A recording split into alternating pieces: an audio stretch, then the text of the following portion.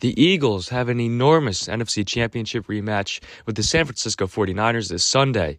But ultimately, this isn't the be-all, end-all for either team. While the game is important for the 10-1 Eagles and the 8-3 49ers, both teams have much higher aspirations.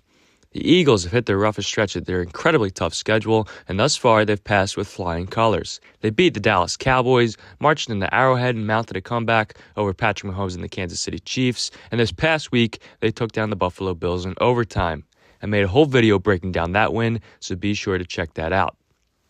The dangerous road ahead continues with the 49ers this week, then a rematch with the Cowboys in Dallas, followed by a road game against the Seattle Seahawks, which was flexed into Monday night, as the Chiefs were flexed out of the Monday night slot.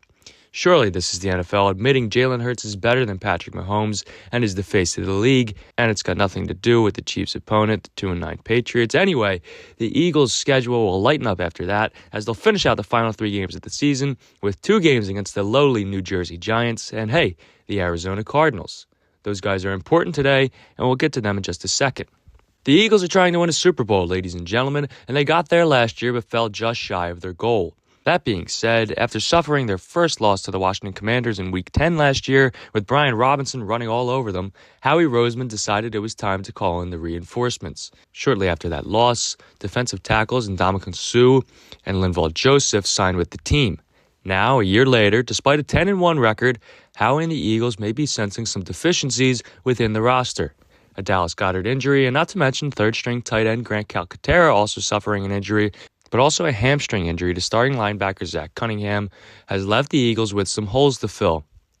Enter former Eagle, 3-time Pro Bowl tight end Zach Ertz, who not only requested his release from the Arizona Cardinals and was granted it, but he also cleared waivers. He is now free to go to any team and is reportedly in search of his second Super Bowl ring, so sorry Giants fans, he will not be going anywhere near you. But the Eagles are a real potential landing spot for him.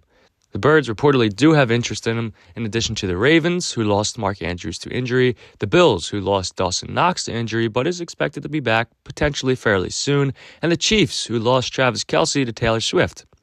And Ertz-Eagles reunion makes perfect sense. It won't be for a lot of money, it'll just be for the opportunity to win. Ertz is no longer the 116 reception monster he was 5 years ago, but he's still a good tight end. He found the end zone 4 times last year with Arizona, and even this year he's had 3 games with 6 catches and 2 games over 50 receiving yards. Goddard will be back from his forearm injury fairly soon, but if he's not 100%, Ertz would be a wonderful cushion. Now, on to the more popular and flashy free agent, Shaq Leonard, who used to go by Darius Leonard, and quite honestly, I was confused when the Colts released him because I didn't realize they were the same person. Just want to clarify that. Anyway, another 3-time Pro Bowler, as well as a 3-time All-Pro player, Shaq Leonard was questionably released by the Indianapolis Colts, and Leonard's visited with a few teams, including the Cowboys and the Eagles. Now let me address the obvious that I feel like everyone is ignoring. I don't know why the Colts cut him, but if you were asking me to give you a reason, I'd probably point to the fact that he hasn't had a sack during the Biden administration.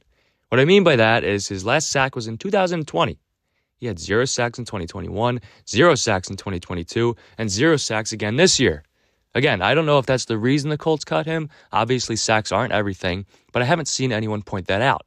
Also, it's fair for me to include that he only played 3 games last year, but he played 16 in 2021 and 9 this year, and he still gathered 0 sacks.